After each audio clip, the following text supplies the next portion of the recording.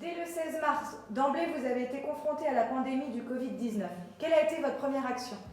Avec le service social, nous avons pris le listing de toutes les personnes de plus de 70 ans, les personnes isolées, mais aussi vivant en couple, mais sans famille sur Sarralbe, et nous les avons contactées par téléphone. Les personnes qu'on n'a pas pu joindre par téléphone, eh bien, la police municipale s'est déplacée à leur domicile. Alors pourquoi cette prise de contact? Eh bien, pour leur proposer les services de la commune, avec notamment la possibilité que nous allions leur chercher les médicaments, mais aussi pour tous les apports en aliments. Donc nous faisons les allers-retours pour que les personnes ne se retrouvent pas dans une situation de rupture alimentaire. Régulièrement, nous revenons vers eux, soit en direct, soit par téléphone, pour assurer une continuité et un contact régulier avec nos aînés. C'est un service qui est très apprécié par les personnes isolées et nous allons continuer bien évidemment à poursuivre cette action vers les personnes qui sont les plus nécessiteuses au niveau de leur isolement. Ce que nous avons fait aussi, c'est les personnes qui se retrouvent en situation de précarité alimentaire. Eh bien là, le CCAS, donc le Centre communal d'action sociale, fait des actions ciblées pour qu'il n'y ait pas là encore de personnes qui se retrouveraient dans des situations de manque alimentaire.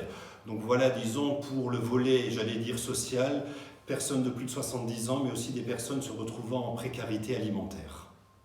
En termes de santé, quels moyens ont été déployés? Alors nous nous sommes adressés aux professionnels de santé parce que nous entendions qu'il y avait des vrais soucis en termes de matériel et notamment par rapport aux fameux masques FFP2.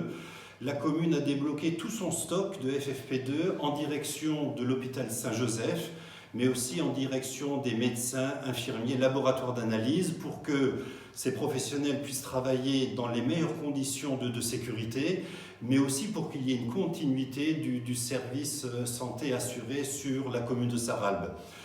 C'est une dotation qui a été très appréciée par nos services de santé et elle a d'ailleurs été relayée par exemple par une entreprise de Sarralbe qui est la société Leach, qui elle aussi a fait un don de masques FFP2 pour qu'il y ait cette continuité de soins pour et le personnel soignant, mais aussi pour les personnes se retrouvant en situation de santé difficile.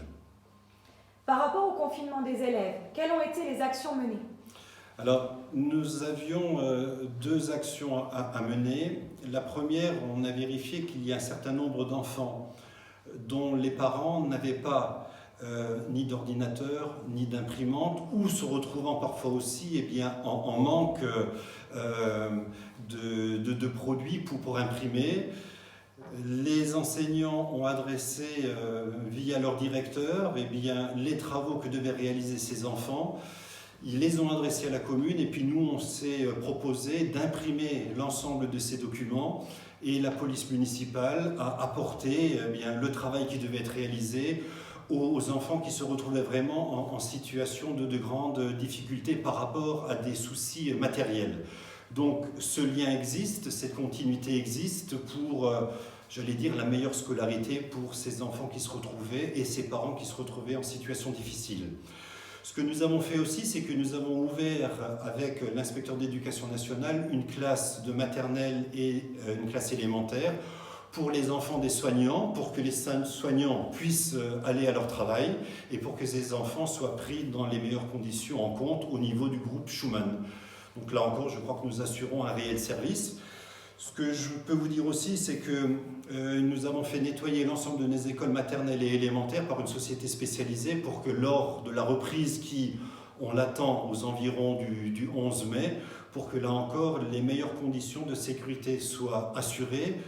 Nous mettons aussi en place dans toutes nos écoles, et maternelles et élémentaires, des distributeurs de gel hydroalcoolique pour que là encore toutes les précautions soient prises, pour que les meilleures conditions d'accueil et de sécurité soient assurées lors de la reprise, dans les conditions qui seront définies par l'éducation nationale. Mais déjà, le côté commune, c'est-à-dire priorité à la propreté, priorité au bâtiment, priorité à tous les efforts qui doivent être faits pour la meilleure hygiène des mains, pour que au moins ces éléments-là soient déjà en place, ce qui a été fait. Concernant le fonctionnement des différents services de la mairie, quelles ont été les adaptations? Alors j'ai voulu que l'ensemble des services de la commune continuent à fonctionner. notamment des services qui sont très sollicités, le service social, je viens d'en parler, mais aussi l'état civil. Le service technique est en train de préparer aussi les actions et les travaux qui vont être menés sur 2020, malgré le contexte que nous connaissons. Les services financiers, les services administratifs, mais aussi nos équipes sur le terrain qui s'occupent aussi de la salubrité, j'allais dire, de notre ville. Toutes les équipes sont mobilisées avec bien évidemment toutes les mesures de prévention nécessaires, masques, gants, gel, savon. Tout cela est en place pour qu'il y ait réellement une continuité et qu'il y ait le meilleur retour par rapport aux différentes demandes qui sont opérées par nos concitoyens et pour qu'ils aient une réponse, j'allais dire, dans l'immédiat. Selon vous, le confinement est-il bien respecté sur Sarralbe ?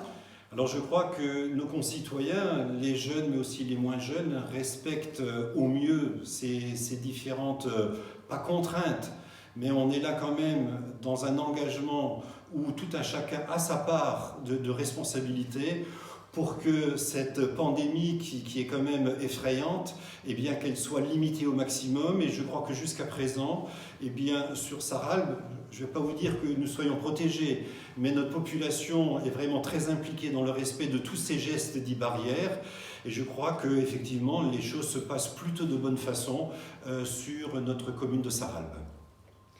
L'objectif du déconfinement a été annoncé pour le 11 mai. Quelles sont les mesures que vous allez prendre ? Alors c'est effectivement un objectif qui a été annoncé par le président de la République. J'ai pris la décision de commander 5000 masques de catégorie 1 qui vont être distribués gratuitement à l'ensemble de nos concitoyens. Pourquoi ?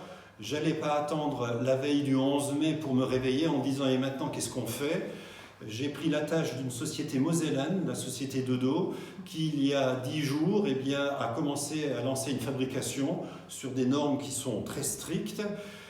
Nous avons été livrés dès ce matin, donc on a été énormément proactifs. J'aime bien être dans la prévention et de ne pas être en retard par rapport à ce qui va s'opérer au fur et à mesure à partir du 11 mai, pour que les meilleures conditions soient proposées à nos concitoyens. C'est à nos concitoyens après de voir ce qu'ils feront de ce masque, qui est un masque qui est lavable, qui est réutilisable, mais je crois que ça fait partie de notre rôle d'au moins proposer un masque qui réponde à des critères les plus sérieux. Après, nos concitoyens en feront ce qu'ils voudront, mais je pense qu'ils en feront le meilleur usage. Peut-être encore une réponse à des interrogations. Le lavage des mains. Est-ce que la commune va faire une distribution de gel hydroalcoolique ? Je crois qu'il faut quand même savoir garder raison. Le gel hydroalcoolique est une solution quand il n'y a pas d'eau et de savon. Je crois qu'aujourd'hui, nous ne sommes ni en pénurie d'eau et de savon. Je crois que le lavage des mains devrait peut-être réappris, peut-être au niveau des écoles déjà, maternelle, élémentaire, collège, lycée. Parce que c'est vrai que les Français ne sont pas les meilleurs élèves au monde. Il y a un sondage récent qui a montré que sur les 63 pays les plus évolués au monde, nous étions qu'en 50e position. Donc je pense que nous avons tous des progrès à faire. De l'eau, du savon, un lavage régulier des mains, c'est un geste barrière qui est largement tout aussi efficace, même plus efficace que le gel hydroalcoolique. Donc voilà, on conseille tout le monde de réapprendre ces gestes qui devraient être des gestes au quotidien et pas seulement en gestion de pandémie. Alors, je viens d'évoquer des éléments qui concernaient surtout la santé, la sécurité de nos concitoyens. Il y a quand même tout un environnement économique qui est aussi très lourd et très pesant. Je pense à l'ensemble de nos entreprises, que ce soit sur Sarralbe, mais aussi au niveau de la région, j'allais dire même Grand Est, même en Allemagne, où là, il y a quand même de réelles craintes par rapport à l'emploi. C'est vrai que nos entreprises, nos commerçants, nos artisans, nos coiffeurs, nos restaurateurs, nos cafetiers, énormément de professions se retrouvent dans des situations les plus difficiles. Nous, à notre niveau, qu'est-ce qu'on peut faire ? On essaye déjà de fréquenter nos commerces qui sont nos commerces sur Sarralbe. Nos entreprises ont pratiquement toutes redémarré. Je prends notre premier employeur de la ville, Litch, mais aussi Ineos, Est Industrie. Je pourrais toutes les citer, elles se sont toutes remises en route dans un contexte économique des plus difficiles, dans un contexte financier des plus difficiles. pour vous dire aussi qu'on est vraiment à côté de tous ces industriels, de tous ces employés, et que nous devons faire corps pour arriver à sortir au mieux de cette situation qui risque malheureusement de durer. Il ne va pas se produire des miracles à partir du 11 mai. Tant qu'on n'aura pas de vaccin, on va être dans un contexte où nous devrons être très attentifs les uns aux autres, et il faut que nous soyons tous solidaires pour que nous puissions sortir de la meilleure façon de ce contexte qui est anxiogène, mais en faisant appel à l'intelligence des uns et des autres, au cœur des uns et des autres, eh bien nous en sortirons certainement grandis, du moins je l'espère, que tous ensemble nous aurons appris de cette épreuve pour pouvoir demain être encore mieux ensemble et d'aller de l'avant en respectant peut-être plus aussi notre environnement.